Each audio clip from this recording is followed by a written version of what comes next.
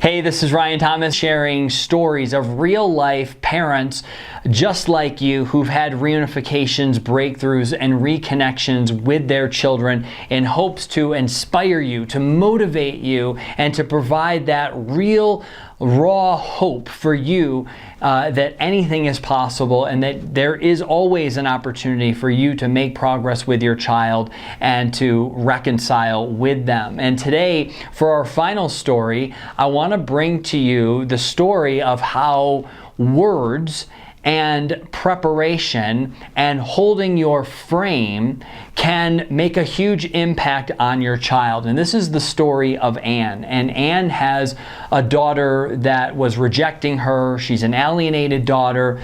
And they always have these family therapy sessions or reunification sessions that never go well.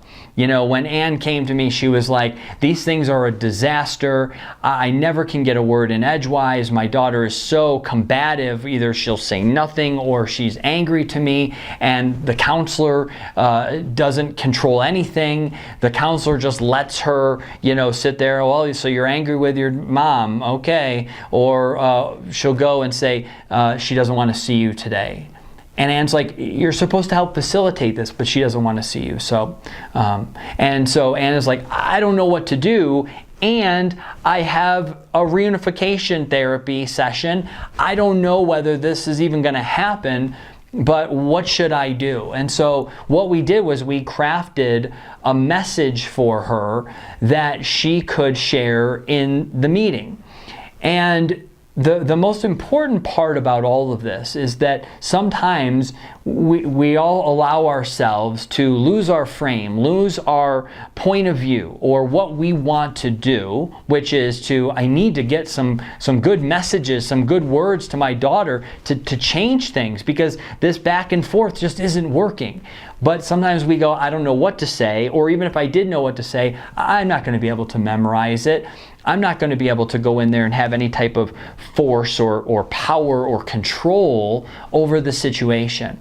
And so what we did was we worked together to say, okay, we're going to write a message to your daughter of what you want to say, very carefully worded, very authentic to what Anne actually wanted to share. And the biggest thing about it is we actually are going to assert your control. We are actually for the first time going to feel your power to stay in your frame, which means get the job done. Right? So what we did was we're not worrying about the referee who is not doing their job as a counselor, who's not facilitating anything. And we're not going to let that person run the show. And we're not going to let her daughter set the tone and the energy as well. But we also don't want to bog Anne down from being in the moment and trying to remember things and getting nervous, which she will, because that's normal. So what we did was we said, go in, have your prepared message, and immediately take control. Hey, almost like you've called the meeting. Thanks so much, Dr. whatever the person's name is. I really want to take this opportunity to share something really important with my daughter. And it's actually so important that I wanted to make sure I got it right. And so I wrote it down. It's only going to take me just a few minutes, but it's so important that I share it and get this right. So I'm going to go ahead and read this. And she just reads. And that right there was such a switch, because when you've been beaten down for so long and the system is knocking you down and people that you think are supposed to help you with some authority don't help you, you just feel like a doormat. You just feel like there's nothing that you can do. So you forget that you have a voice. You forget you have power. You forget that you can control a situation and a scenario. And so I give Anne so much credit because she did not feel strong. She did not feel confident. But we helped arm her with a good message and helped her get the strength that she could do this. And she did so amazing. I'm just so proud of her that she went in there and did exactly that, right?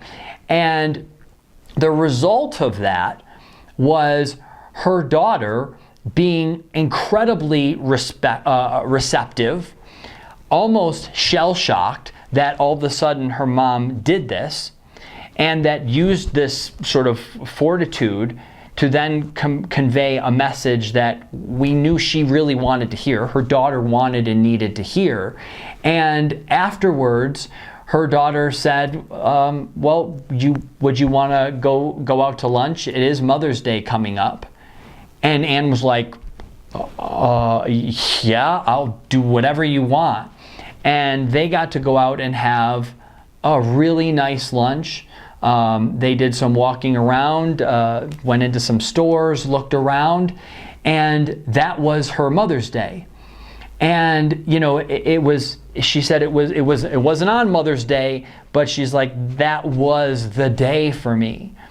That she felt things shift, that she felt the opportunity of not only her own strength and her own power, but for her daughter to see her in a different way, and to be able to finally hear the message, and then to be able to see that her daughter wanted to spend time with her, wanted to use the time afterwards to actually engage. And she said it was like old times. She's like, we just snapped right back into it. We're chit-chatting about things, mindless things. And she said it felt so amazing. So I wanted to share this with you because you have more power and control than you may think. You've just allowed it to be pushed down by so many people that I want to empower you that you may be the only person that can unlock your child. Don't wait for somebody else to. Don't wait for some court system or some therapist or some reunification or somewhere down the road for something to change for you. Yes, your daughter or your child is going to be going through changes in Catalyst Living Life, but you have the power to enact some change, to change how they think and how they ultimately behave.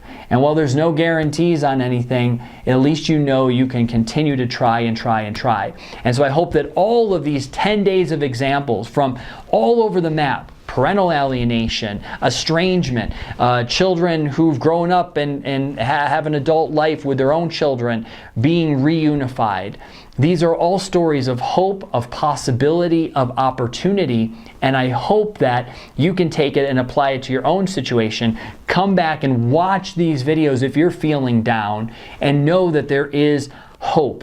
There is hope out there, and that parents are having breakthroughs and reunification and making progress every single day.